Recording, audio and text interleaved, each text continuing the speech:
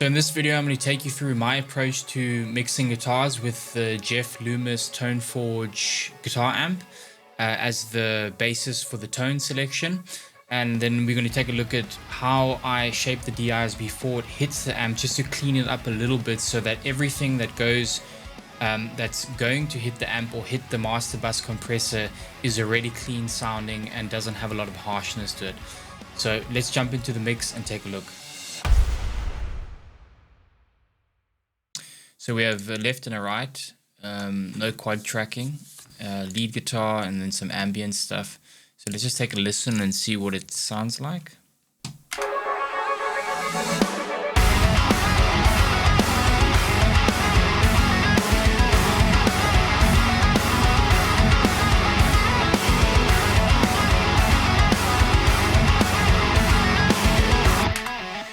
Okay. Let's just jump right in. So like in the previous videos, most of the stuff here, or nearly all of the stuff, is going out to a master bus, which has some compression on it, FG red. This compressor can be a bit aggressive sometimes, so it's worth taking a look at other ones, but just use your ears and see what sounds right for the mix. So before any processing happens on the guitars or anything, there's nothing on the master bus. I'll shape the guitars while I build the master bus and while I sort of add things, because the whole idea is to have a blank canvas. Because in my opinion, when you have, for example, when you're mixing into this stuff, that's all good and well. However, the source tones might require a bit of treatment before all of this major stuff happens on these buses. So for example, if you have like guitars that have a lot of problem areas in the upper mids, and you're adding saturation and compressing the shit out of it and pushing the limiter, all of that stuff is going to come up, and then you have so many instruments that might have those problem areas, and then you end up mixing with all these problems into the saturation that you've added or the compressor that you've added. And that, for me, in my subjective experience, creates a more difficult time to mix. So the way that I do it is I have all the instruments I don't have set up, so all the levels are set up, and there's kind of like a rough balance going on. And then I don't have anything on the drum bus, nothing on the instrumental bus, nothing on the master bus. And then I kind of just figure out what the instruments need, and I do small little moves, maybe little cuts, some boosts, getting rid of some harshness in the instruments before it hits any of that stuff.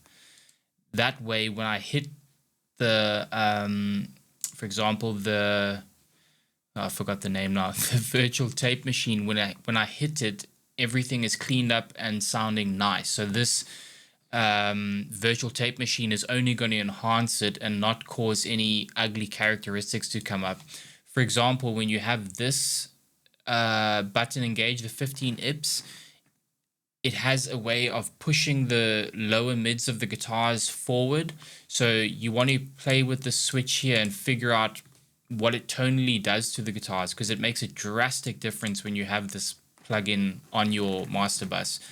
Same as the machine type, and the same as the, what is this, the tape type.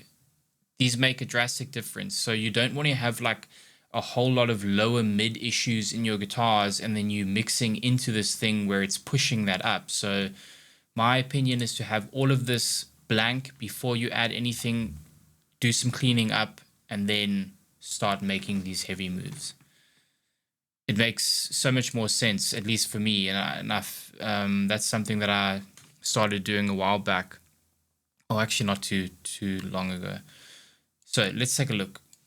We have the left and the right. What I'm going to do is switch all of this off, and then I'm going to switch everything off on the master bus. Let's see.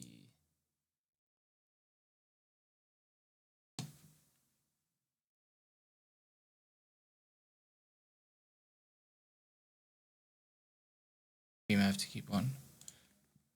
Okay, I'm just going to play the DIs raw so you can hear what they sound like. Let me leave the limiter on.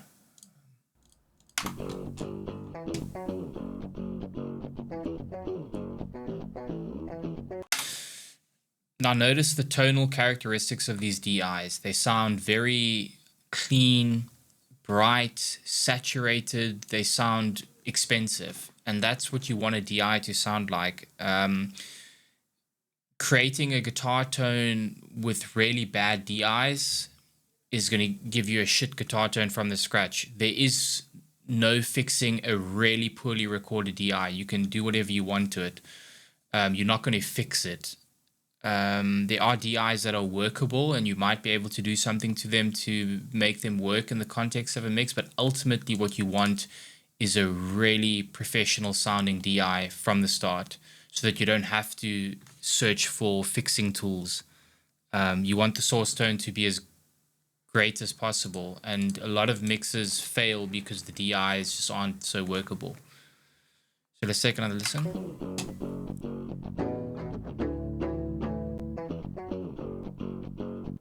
And you also hear how tight the low end is. The low end is like it's like very thumpy sounding, but not in a way that's unpleasant. And that's also a giveaway that the DI is recorded really well. And a giveaway that a DI has been recorded really badly. They usually, when you add an amp sim to them, they're usually really scratchy in the higher end, and you can EQ it, and nothing gets rid of that ear-piercing shit in the upper mids. And that's one of the giveaways. And another giveaway for me, at least, is that the really poor DI qualities have like a very dismantled low mid. It's not very well put together, and when you add an amp sim, there's just so many issues in that area. So having a really good source tone from the beginning of the mix, as you add the amp sim to it, no matter what amp sim you add, it just brings that DI to life, and that's the whole objective in getting a really good tone. So the first thing I did is just take out a tiny bit of attack. This one I didn't do anything. I think it's like -5. It was just a little bit too piercing, I found. So I just took a little bit of it out to tame it back. The next thing that I do is I want to shape the frequency spectrum of the pickup. And I found that these DIs were a little bit harsh, and I wanted to do this before I hit any compression or anything like that. I wanted to get the cleanest sound from the start and then build it upwards. So this is like, essentially it's top-down mixing, but I'm moving in the other direction. So I'm not going from master bus, instrumental bus downwards to the audio channels. I'm sort of moving from the audio channels up towards the master bus, which works for me. So yeah, I have this setting here, the Greg Fender Solar 8, because I believe this is an 8-string. So ToneForge DI match technology, I think what it's doing, I speak under correction here. However, I think it's giving you another option for a frequency response from a different pickup. So you could choose here, for example, Aaron Pauli, the EMG 817H, and then it gives you that frequency spectrum of the sound of that pickup. I could be butchering this, however, I'm sure that's what it's doing. So this thing can make the DI sound a little bit less harsh. It can give you a different sort of frequency response, and it works pretty well. So I'm going to take this DI match on and off, and then see what it sounds like. So off. Okay,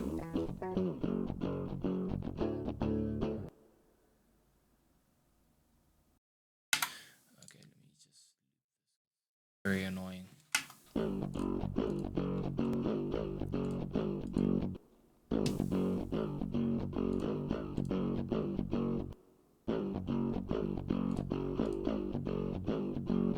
Okay, so for me, that it just brought like the lower mids a little bit more forward and filled it up a bit, and then kind of got rid of a little bit of hissiness on the top.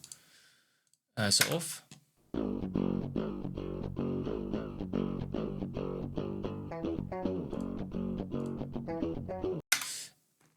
Yeah, so it cleans up everything in the lower mids and sort of tightens it up. I think this is best to actually listen to while the amp is engaged. So let's do that because it's so subtle. So for the amp, I have selected the Jeff Loomis. I used the kind of magical preset, and I think I just changed the presence, and then I did a -3 on the treble at at 2.5K because it was a little bit harsh. However, everything else is pretty standard. It's on the lead channel. And then I switched off the cab, and we're going into the Omega Granifier cab with the 6L6 tube. Okay, so let's take a listen.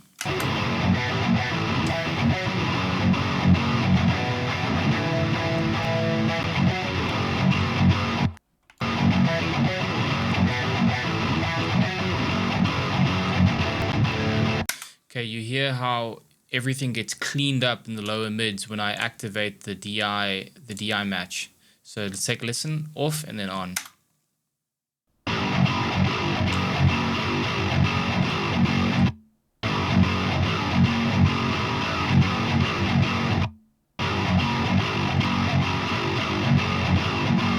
You hear how that tone just got tightened and cleaned up just from this move. And that's what I'm essentially trying to do, is to clean up everything as much as possible before I start doing these heavy-handed moves like compression on the instrumental bus or the saturation on the master bus. I just want to get everything as clean as possible and then start doing that.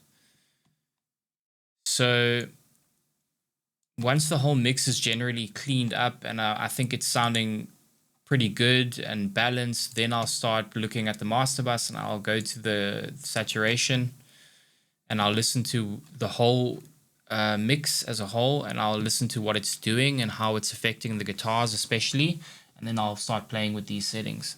So let me just give you an example of what this does with the guitars. So I'll turn it on and off.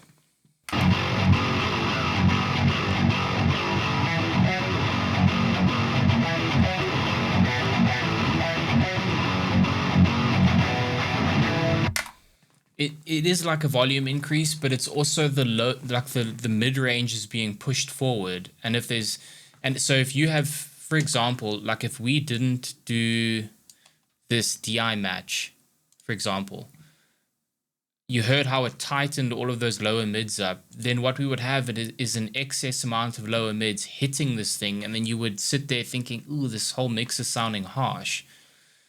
And there are some places in this specific mix that do sound a bit harsh. I wouldn't say it's a complete mix, but it's sounding decent enough. And these are things that you have to watch out for, in my opinion, when it comes to mixing into heavy-handed stuff like this. So top-down mixing is cool, but my opinion of it is that you have to be careful of it, and you have to understand how to do it, and understand that it's best to have the cleanest possible sound going into these heavy-handed moves, or these heavier-handed moves. So yeah, this changes the tonal qualities of the guitars. So let's take a listen to 30 Ips and 15 Ips.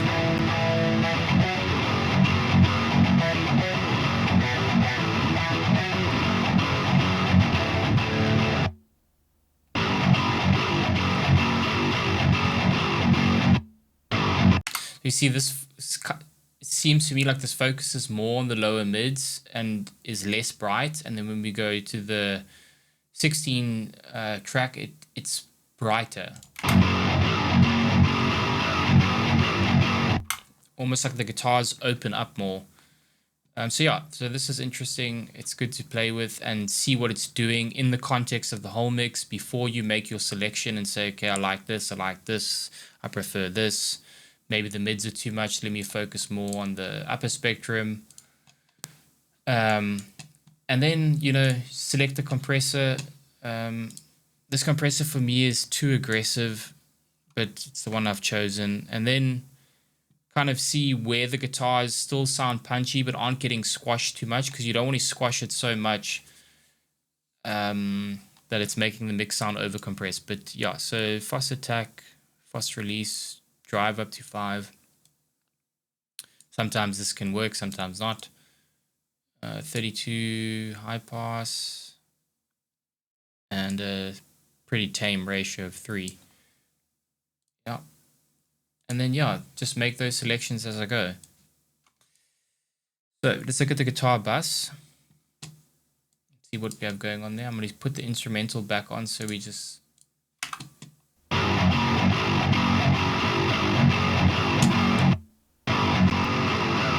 Okay, so yeah, just cutting off any lows that aren't necessary at 85. I wouldn't go too high, otherwise it kind of don't get that real low guitar sound. I find if you go too high, the guitars sound a little bit too processed. You want to keep some dirt, you know. 11,500 low pass, and then cutting it. This is a notorious...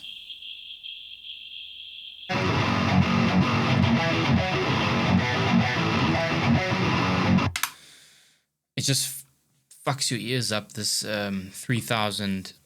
I think our hearing is designed or is evolved in such a way that the 3000 to 4000 hertz area is what our ears are seriously sensitive to. Like ambulance, police sirens, babies crying. So our ears are particularly very sensitive to those areas, and it's not the areas that our ears like. So taming these areas is a good idea. Then I'm just doing some multi-band compression, controlling some of the low, controlling some of the high, which is a little bit too much.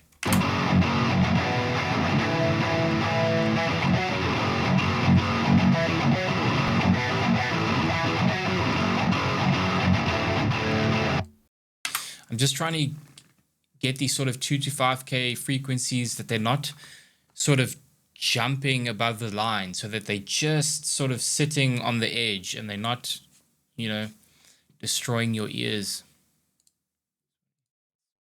Good. So I did this, but I went back on it because I felt like if you cut too much of the lower mids, you can end up sounding very thin and scooped. So let's take a look at this. You hear how when this is disengaged, all that sharp shit just comes up and hits the ears. Especially this one over here. Again, 2,700, 2,300, 1,000. So one thing you can do, like on your very last EQ, is kind of find those frequencies that really hit the ears, and you can sweep through them. So let's say, for argument's sake, that one, and then we get another one, and we say we're looking for that one. And then if you find like 3 or 4 of them that are really making or causing a problem, then you just bring them down ever so slightly like that. Or you could use something, just give me a sec. Or you could use something like Frequency Sniper if you're part of the URM course. And then you can just play it. Sorry. You can just play it and then click on Dynamic and Learn. And then it's going to... I guess it's some kind of AI. It's going to figure out where the harshest frequencies in this particular tone are, and then give you suggestions on where to cut and control.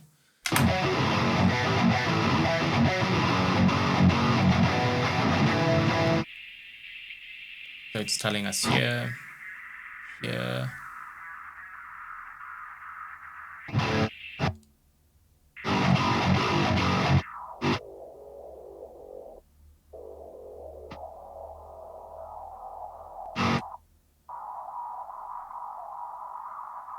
So I'm just kind of listening and seeing where it's really is sounding harsh and where it's not.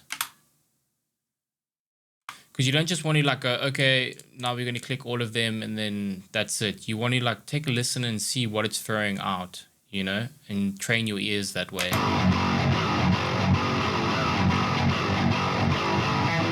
So yeah, maybe we'll keep it on because it cleaned it up a little bit. It did the job it's supposed to be doing.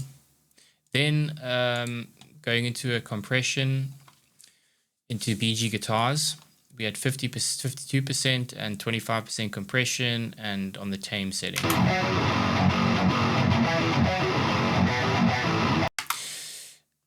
There's a lot of like people out there saying, yeah, don't compress your guitars too much, only do like 1 to 2 dBs of compression. It's absolute bullshit. You can slam up to 7 dBs of compression if you want.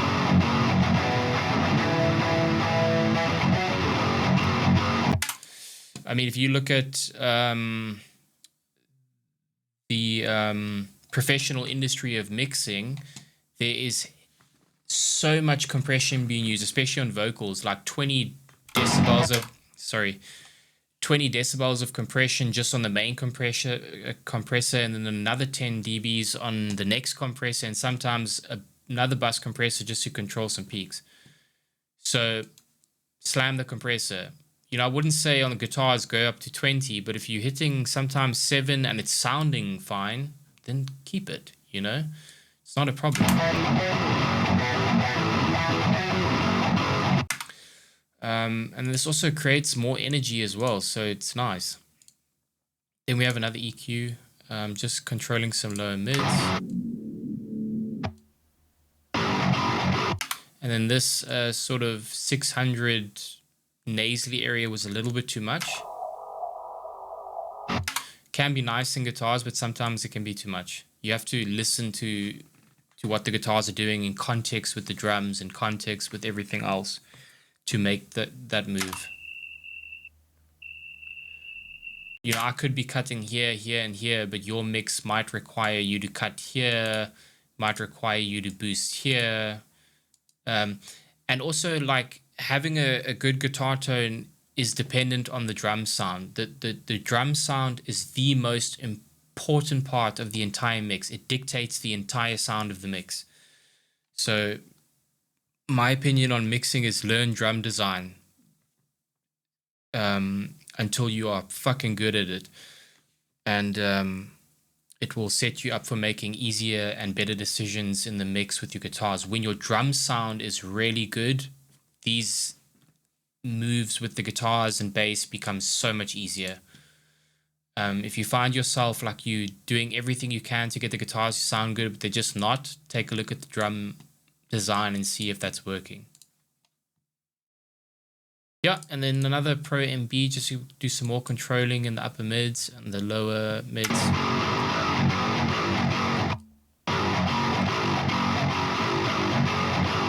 So let's turn all of this off.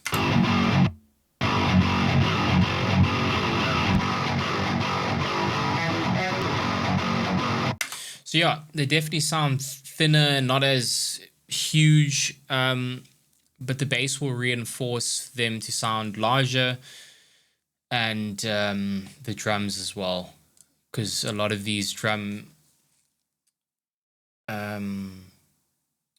patterns follow the pattern of the guitar. So don't worry about the guitar sounding a little bit thin, that's fine. And if we need to add something back into them, we can always do that. Okay, so this guitar bus is going to a guitar verb, which is something I think is nice in this sort of djent, in this djent genre, which can add a little bit of flavor.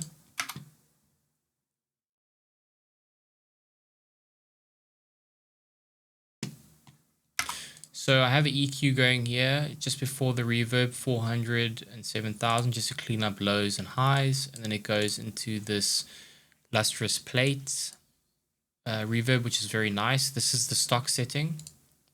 Sounded fine as I loaded it up. And then a de-esser. So this de-esser is just pulling the reverb more to the back, so it's not so in your face. So I'll switch it off.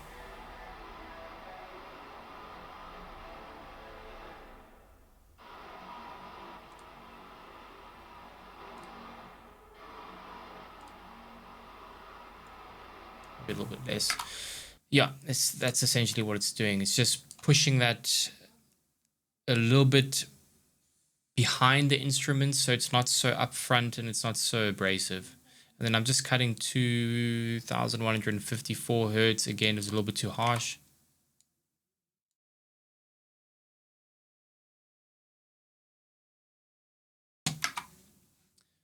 And then if we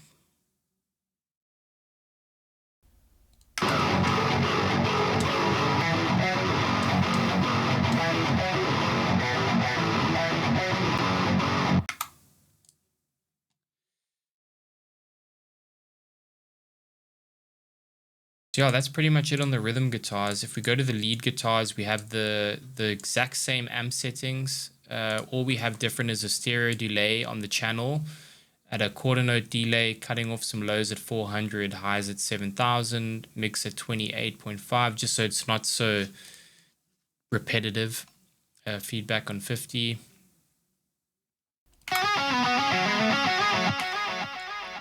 Let me switch all of this off. Let me make sure this is still recording. Okay, so same amp, same cab, all that stuff is the same. I just added some saturation. Not entirely sure why I did that, but I think I was trying to bring the mid-range forward a bit.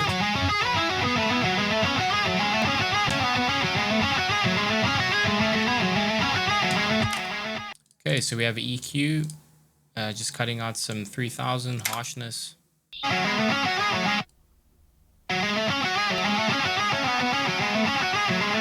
Just brings the guitars more to the mid range. Then compressing.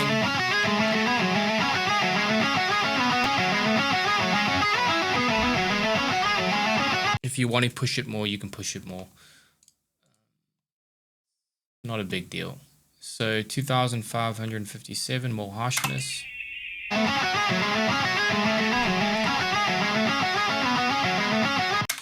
And I think while we're here, we can actually even shape this a little bit more.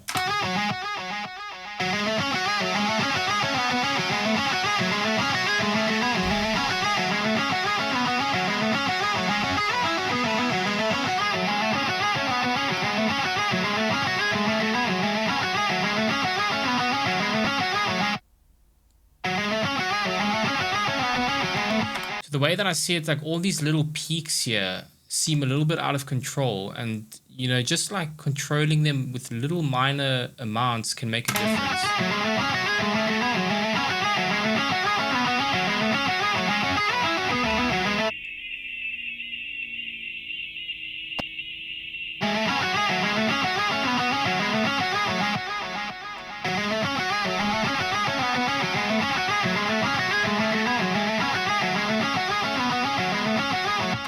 Sometimes guitars need treatment like this. Sometimes it does need crazy shit like this, but just small amounts. You don't need to go crazy. Let's take a listen.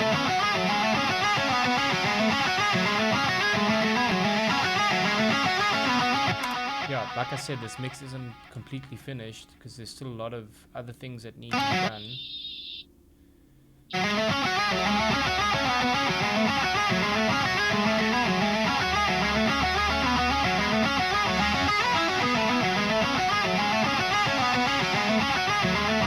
Much cleaner sounding. And then I'm going into JST Heat just to add some flavor, a bit more mid-body, and the saturation, the transformer saturation is on 50%, mixes on 30, cutting off lows at 113.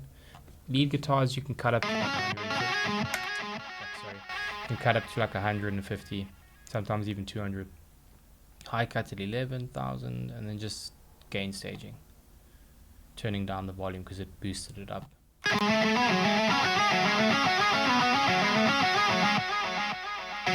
So let's take a listen in context.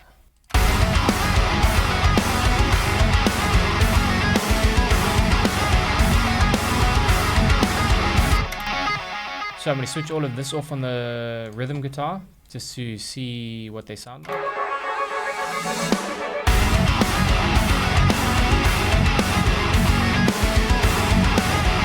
So you see how they're just taking over all the instruments and they're not sounding like they're gluing together. So let's put all the processing back on.